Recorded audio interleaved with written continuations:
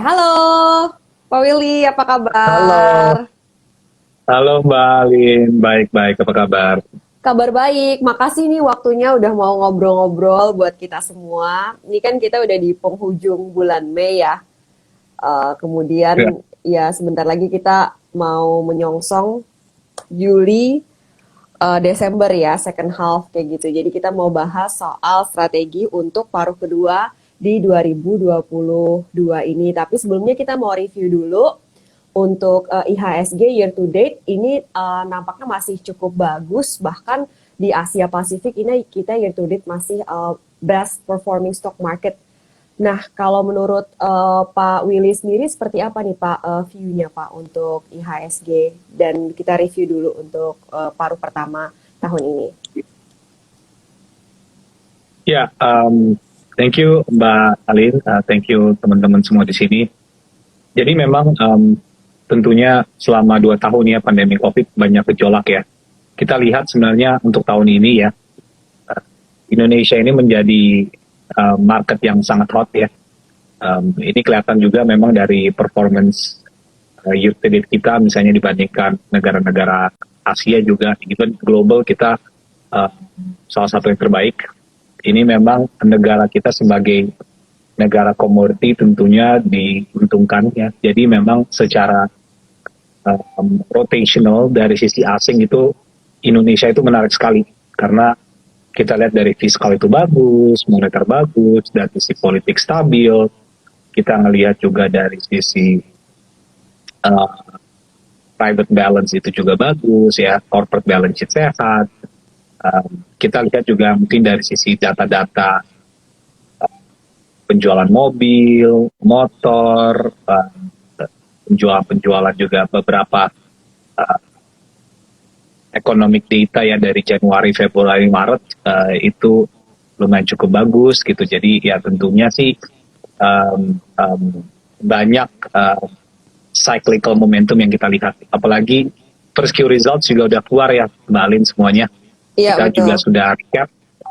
Itu bisa dibilang mungkin ini kisaran aja ya, mungkin sekitar 45% itu pendapatan bersihnya itu di atas ekspektasi ya, gitu. Mm-mm. Mungkin sekitar 30% itu inline ya, so roughly itu mungkin sekitar 70-an% itu kalau nggak inline atau nggak above. Jadi itu sangat baik. Ya tentunya kita juga masih menantikan untuk second Q sama second half ini. Memang pas kemarin itu kita libur lebaran ya, Mbak Lid, Iya, itu betul, sempat betul, betul. shocking juga kan. Uh-uh. Mungkin pas udah enak-enak, lagi liburan gitu. Iya. Tiba-tiba hari pertama kita masuk, indeksnya drop ya. Mungkin dari Betul. high-nya itu kalau nggak salah sekitar 7.200, bottomnya itu di sekitar 6.500 ya. Memang itu kan Iya. ada beberapa hal karena waktu itu sempat uh, sentimen dari global ya, dari Fed rate yang rencananya mau naikin sampai 3 kali ya in Iya, one time. betul. Kedua juga itu CPO export ya, itu sempat Mm-mm. di ban juga. Net-net Betul. waktu itu kan dan negatif juga dampaknya kepada trade balance. Iya, Jadi betul.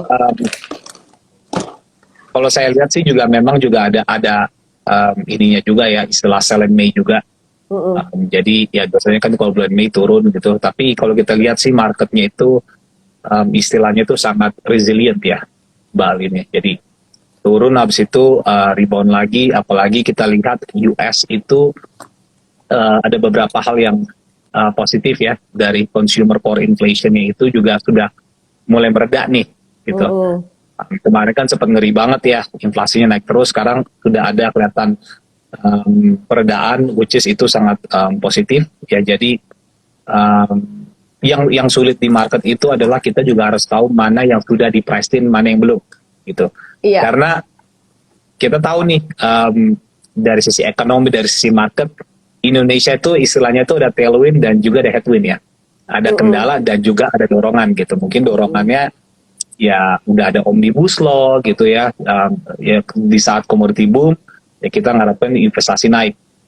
Tapi dari sisi headwind-nya ya, atau kendalanya yang kita takutkan adalah inflasi ya. Kita Iya. udah lihat angka inflasi dari sekitar 2%-an udah naik di atas 3%. BI rate masih maintain di 3,5%, tapi tentunya sudah mulai ada momentum BI rate itu mungkin bisa naik sekitar 1% by akhir tahun ini ya. Jadi mengukur apa yang sudah di-price-in, apa yang belum, itu menjadi hal yang lumayan cukup tricky ya untuk saat ini ya. Oke. Jadi kalau kita lihat di US kekhawatiran itu mereda ya karena arah pemberitaan juga berbalik betul-betul ya dalam satu malam ya kemarin pas di hari Jumat kayaknya udah mereda. Ya. Kemudian kalau untuk di Indonesia sendiri ini kalau misalnya kita lihat apakah posisi BI yang mempertahankan suku bunga acuan ini tuh sebenarnya plus minusnya apa sih dibandingin kalau misalnya menaikkan suku bunga acuan pada bulan Mei ini tadi? Ya, kayaknya semuanya masalah balance ya, gitu. Ini kalau kita harus tahu cycle ekonomi kita itu lagi ada di mana ya. Soalnya apakah ekonomi kita benar-benar overheating ya? Kira-kira kalau ekonomi itu larinya terlalu kencang, biasanya kan dari sisi monetar policy itu adalah menaikkan suku bunga. Iya. Cuman kalau menurut saya sih naik sih bisa aja, tapi kalau menurut saya itu akan naik secara gradual on a monthly basis ya. Karena saya juga melihat beberapa data metrics di bulan April sepertinya momentum year on year-nya itu sudah tidak begitu kuat lagi. Gitu. Dan kelihatannya juga bulan Mei itu year on year apa istilahnya cyclical pemulihan itu tidak sebegitu wow dibandingkan misalnya di bulan Januari tahun ini dibandingkan Januari tahun lalu dan Februari ya. Jadi ya makanya itu kita harus melihat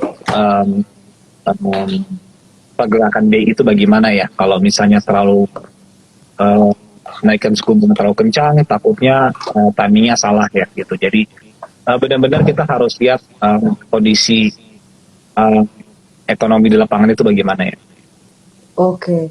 Ini di kolom komen seru juga nih pada ngobrolin, mungkin sekalian aja kita tanyain juga ke Pak Willy, tadi udah dibahas juga sedikit tapi nggak apa-apa deh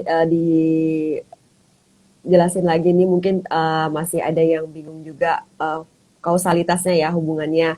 Kalau The Fed naikin suku bunga lagi, bagaimana pengaruhnya ke IHSG? Apakah akan terasa efeknya seperti awal Mei habis libur Lebaran? Ini kan pasti yang ingin ditanyain teman-teman semua. Apakah kita sebenarnya masih cukup aman nih dari sisi foreign flow, Pak Willy?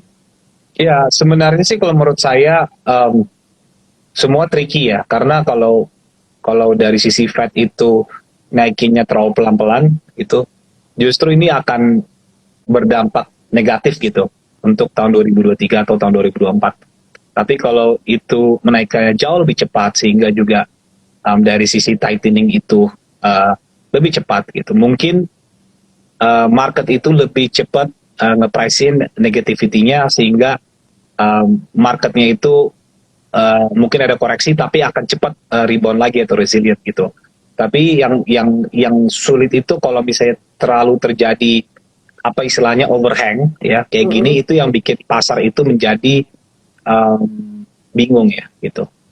Jadi kalau menurut saya sih Fed itu naik ya, kalau naiknya itu mungkin 50 bips itu kan sesuai ekspektasi. Tapi kalau ternyata dia harus naikin 75 ya kan, atau tentunya ada sinyalir tighteningnya itu yang lebih di luar ekspektasi, tentunya itu dampaknya lebih bisa negatif ya dalam jangka pendek untuk market IHSG. Oke. Ada ini beberapa pertanyaan yang mungkin ini juga banyak dibahas soal risiko resesi seperti apa di mata Pak Willy sendiri. Apakah kita perlu khawatir atau nggak perlu takut-takut banget juga gitu? Seperti apa sih Pak? Ya kalau menurut saya sih kalau misalnya pun ya ada resesi ya atau istilahnya juga ada stagflation gitu di luar negeri, Indonesia itu menurut saya juga akan merasakannya lebih di cycle yang di ujungnya gitu.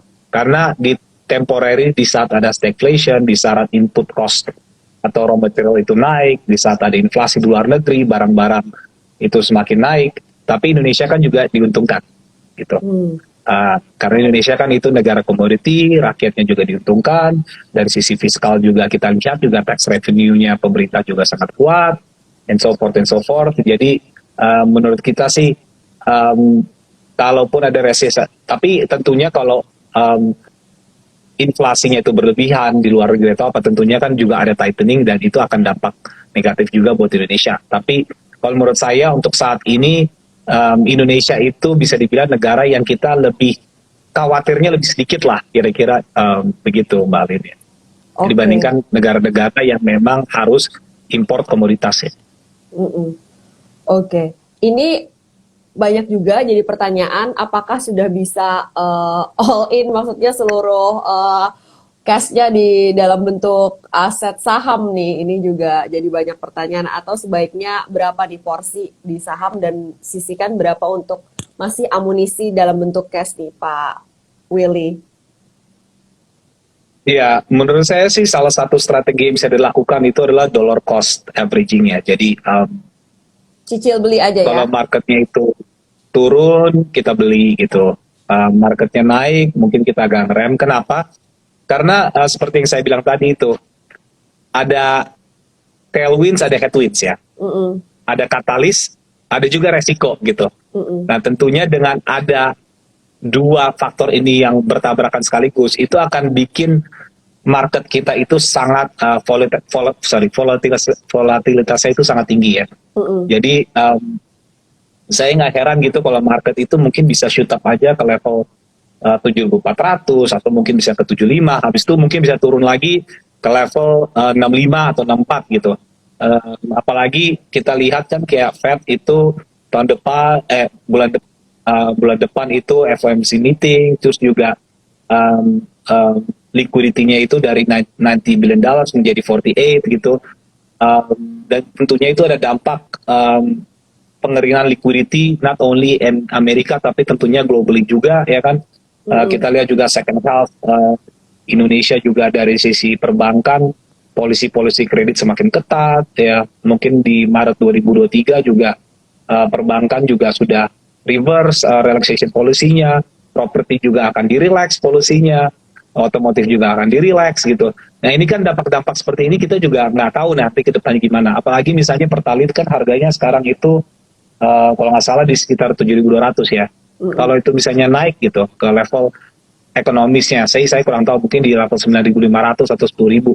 Tentunya biasanya kan itu langsung direct impact-nya ke harga end consumer products itu akan langsung cepat banget gitu impact-nya ya gitu untuk adjust. Jadi resiko-resiko ini yang harus kita factorin ke depannya, tapi semakin gini market itu kan forward looking ya. Jadi semakin kita kasih fear ya, terus marketnya itu deep gitu, berarti itu marketnya slowly digesting and slowly pricing in ya.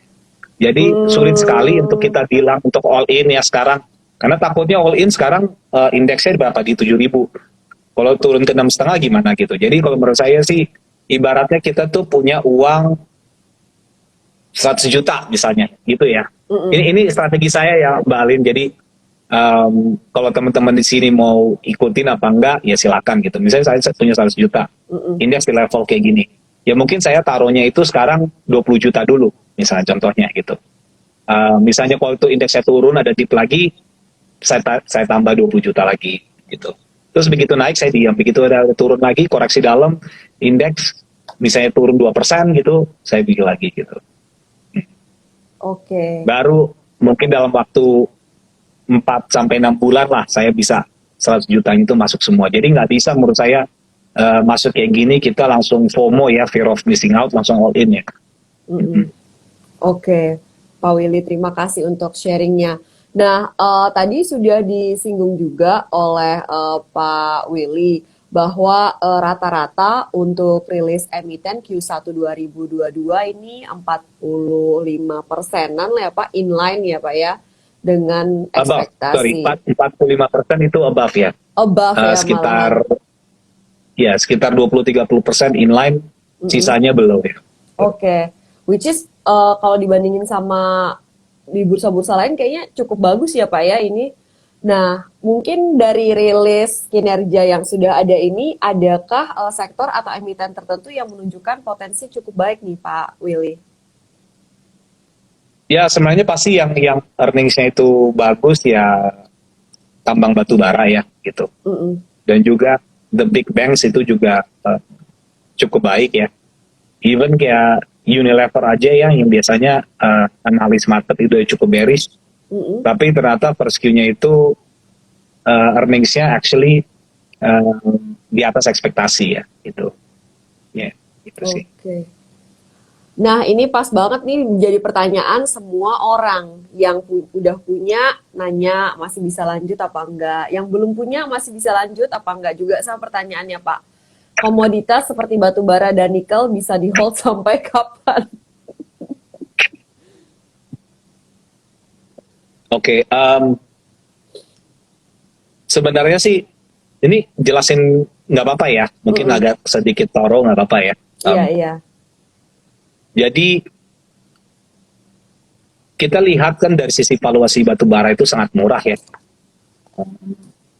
Asumsi jangan asumsi 400 dolar lah, even asumsi 200 dolar pun mungkin dari sisi price to earnings ratio-nya itu cuma sekitar 2 sampai 3 kali gitu ya, murah banget ya.